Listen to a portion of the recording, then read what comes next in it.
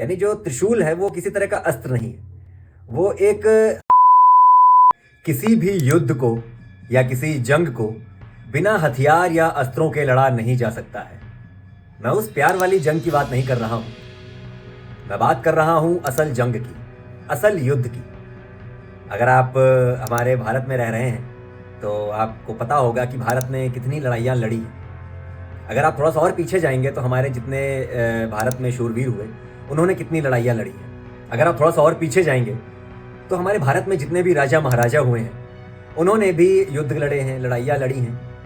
और अगर आप थोड़ा सा और पीछे जाएंगे तो महाभारत काल में भी जब युद्ध हुआ तो भी वो अस्त्रों की सहायता से ही हुआ। और जब बात अस्त्रों की आती है तो अस्त्रों के जो निर्माता हैं उनकी बात तो हमें करनी पड़ेगी। और अस्त्रों के निर्माता आप जानते हैं कौन है? वो हैं भगवान शिव।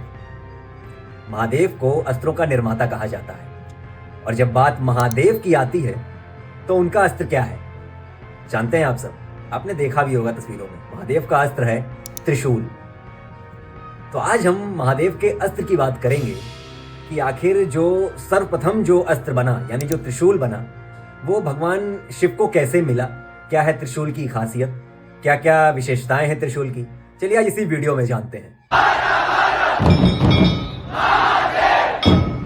त्रिशूल के बारे में कहा जाता है कि जो त्रिशूल है वो महादेव का एक अभिन्न अंग की तरह आप समझें उसे। जिस तरह से आपने महादेव को जितना भी चित्रों में देखा होगा, जितना भी आपने उनके बारे में पढ़ा होगा, तो आपने देखा होगा कि महादेव के पास एक त्रिशूल रहता है, एक गले में नाग रहता है, जटाओं में गंगा जी रहती हैं, वहीं पे अर्धचंद्र रहते हैं। ठीक है, तो ये जितनी भी सारी चीज़ें हैं ये भगवान शिव की विशेषताएं हैं। उन्हीं विशेषताओं में एक आता है त्रिशूल। आखिर त्रिशूल जो अस्त्र है वो कैसे भगवान शिव को मिला? तो देखिए, जो त्रिशूल की कहानी कही जाती है वो ये कहा जाता है कि त्रिशूल को किसी ने बनाया नहीं है। जी हाँ, त्रिशूल जो अस्त्र है वो महादेव के पास इसीलिए है क्योंकि महादेव जो हैं वो हमारे विनाश के देव कहे जाते हैं। यानी जिस तरह से हमारी सृष्टि को 3 डिपार्टमेंट में बांटा गया है, एक सृजन, एक रखरखाव और एक विनाश।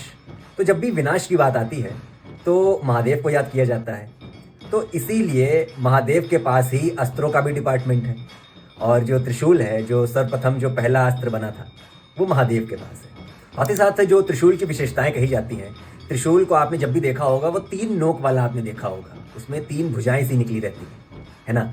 वो जो 3 भुजाएं हैं वो 3 कालों को मतलब उन 3 कालों को दर्शाती है, वर्तमान काल, भविष्य काल और भूतकाल। जिस तरह से महादेव को, महाकाल को कालों का काल कहा जाता है, कालों का देव कहा जाता है, कालों का भगवान कहा जाता है, तो इसीलिए जो त्रिशूल है वो 3 कालों को भी दर्शाता है। साथ ही साथ जब सृष्टि का निर्माण किया गया, सृष्टि का निर्माण के लिए 3 गुणों का होना बहुत आवश्यक था, सतोगुण, रजोगुण और तमोगुण। जो त्रिशूल है वो उन तीनों को भी दर्शाता है। यानी त्रिशूल का एक भाग दर्शाता है सतोगुण को, दूसरा भाग दर्शाता है रजोगुण को और तीसरा भाग तमोगुण को। आखिर ये गुण क्या है? देखिए, सतोगुण जो होता है वो गीता में बताया गया है, जो श्री कृष्ण ने गीता में भी इन तीनों गुणों का वर्णन किया है। सतोगुण को सुख कहा गया है, रजोगुण को कर्म और तमोगुण को अज्ञानता। यानी ये जो तीनों गुण हैं ये भगवान शिव ने समाहित कर रखे हैं। ये जितना भी सृष्टि चल रही है वो भगवान शिव के माध्यम से ही चल रही है, इन्हीं तीनों गुणों के माध्यम से चल रही है। आप जितना भी आसपास देखेंगे इन तीनों गुणों से ही भरे हुए सबको देखेंगे। पहला गुण जो मैंने बताया सतोगुण, सतोगुण में होता है इंसान करुणावान होगा, दयावान होगा, परोपकारी होगा। ठीक है, और जो दूसरा गुण है रजोगुण, रजोगुण में इंसान कर्मशील होगा, इच्छा होगी उसके अंदर, कर्म करेगा, मनोरंजन करेगा।